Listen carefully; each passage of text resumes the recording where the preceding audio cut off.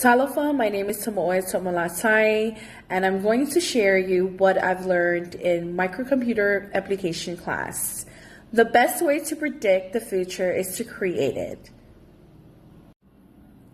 In my PowerPoint, I'm going to talk about Google Workspace and Microsoft Office, creating a newsletter, creating a brochure, creating a Kahoot, creating a business letter, how to use Excel, PowerPoint and proper design, and PowerPoint basic and advanced components.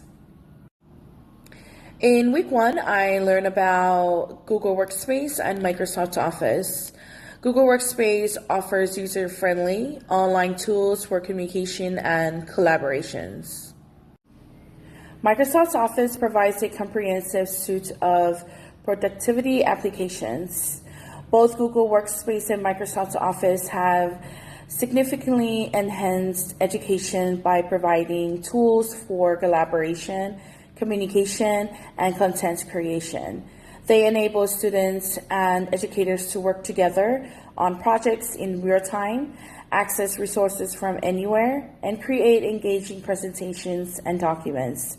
These platforms foster a more interactive and accessible learning environment. Serif and sans serif fonts, which helps me choose fonts that look professional.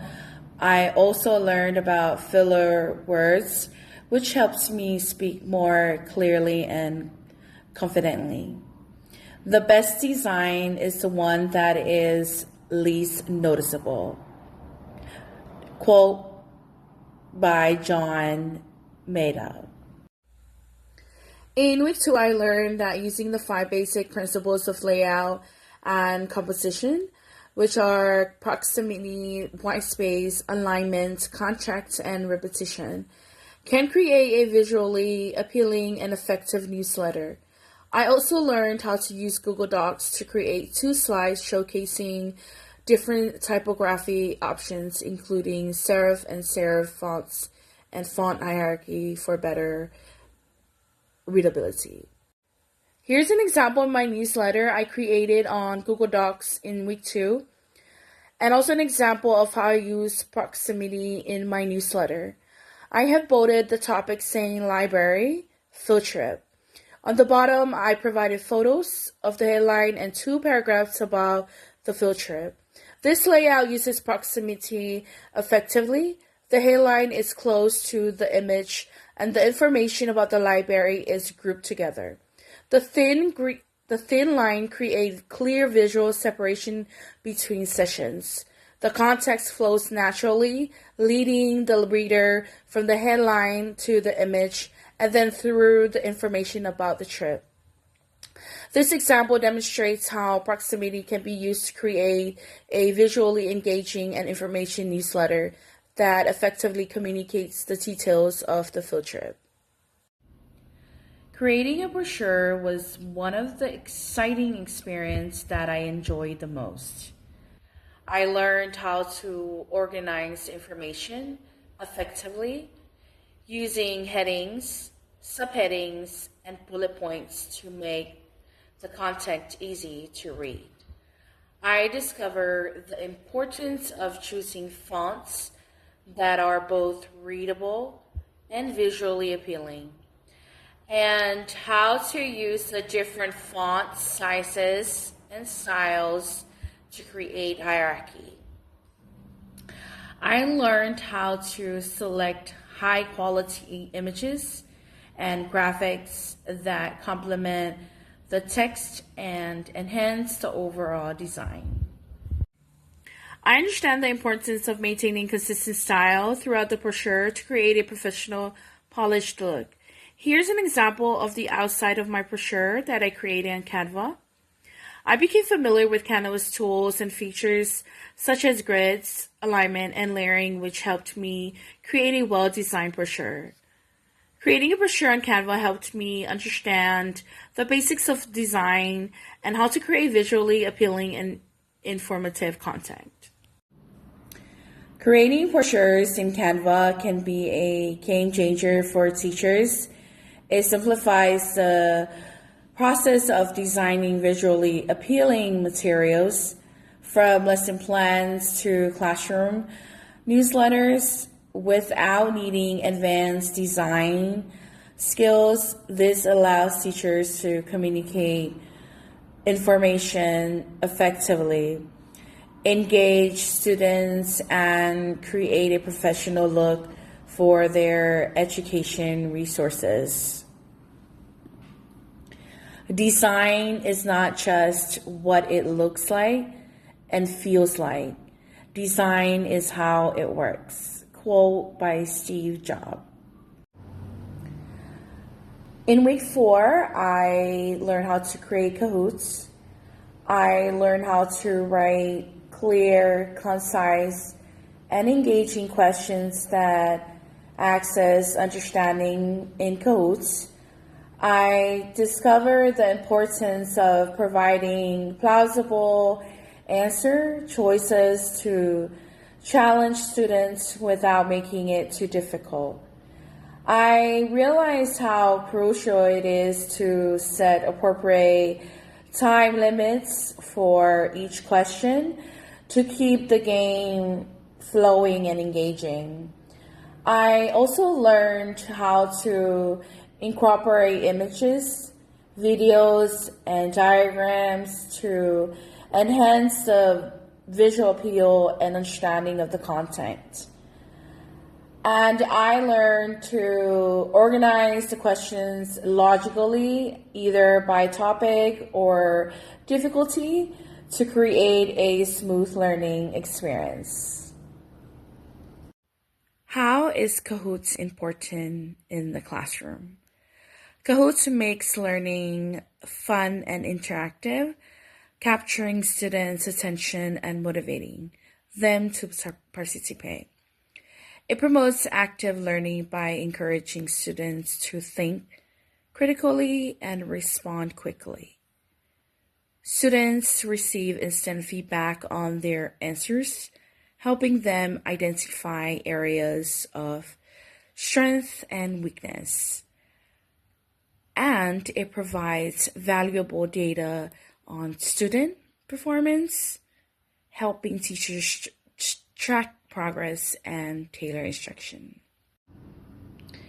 Creating a Kahoot is a valuable skill, and its use in the classroom can transform the learning experience, making it more engaging, interactive, and effective. The beautiful thing about learning is nobody can take it away from you. Quote by B.B. King. How to write business letter in Microsoft Word and in Google Docs. There are key differences and tips. Both Google Docs and Microsoft Word business letter templates to save time. Use consistent formatting such as left alignment for the body. Both use a professional font like Times New Roman or Arial. Always proofread carefully before sending the letter and save the document with a descriptive file name. Creating a business letter involves similar steps in both Google Docs and Microsoft Word. The key is to conclude all the necessary elements, maintain a professional tone, and ensure accuracy in your writing. In this class, I learned about the basic components in Excel. I learned how to create a new workbook and enter data. I can now apply cell borders and shading to make the data visually organized. I also learned how to use AutoSum for quick calculations and create simple formulas for more complex computation. I can apply number formats, put data into tables, and show totals. Finally, I grasped how to sort and filter data and save the work and even print it out. It is a comprehensive guide to the basics. I also show some examples of what the basic components in Excel, and I provide a link that you can click on YouTube. It shows you how to use some of the basic components in Excel. In week 7, I learned PowerPoint and proper design demonstration. I refreshed my understanding of the core features like creating slides, adding text, and inserting images. I learned about the importance of visual Hierarchy, using color effectively and choosing readable fonts. I grasp how to organize content logically, use consistent layouts, and create a clear flow for the presentations. I got a better understanding of how to use charts, graphs, and other visuals to convey information effectively. And I learned the importance of keeping the presentations concise, engaging, and tailored to the audience. For the second part of week 7, I learned how to use advanced components in PowerPoint. I now know how to use transitions to make slides flow smoothly, add auto voiceovers for narration, and capture screens directly within PowerPoint. I also picked up how to use animations for dynamic content, insert video links, add text blocks, and add sound effects. Plus, I now set up timing loops and insert charts to visualize data.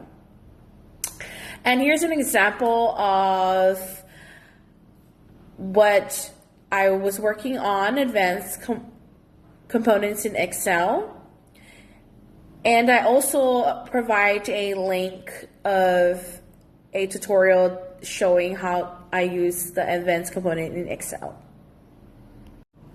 Do you feel that your confidence has increased for presentations? Yes, I definitely feel more confident about presentations now. Week 1, I learned about serif and sans serif fonts, which helps choose fonts that look professional. I also learned about filler words, which helps me speak more clearly and confidently.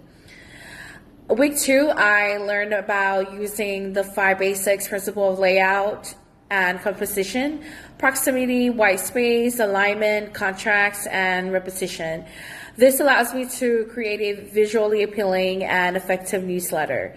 Week 3, I now understand the basics of design and how to create visually appealing and informative content after creating a brochure on Canva. Week 4, I learned how to write clear, concise, and engaging questions and how to use images, videos, and diagrams.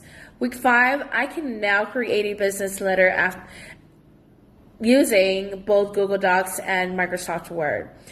Week 6, I learned the basics of Excel, which helps me to organize and present data. And week 7, I learned how to use PowerPoint. I also know how to use transitions, auto voiceovers, animations, and charts. All of these lessons have given me the tools to create clear, organized, and visually appealing presentations. Steve Jobs once said, "The only way to do great work is to love what you do." Thank you.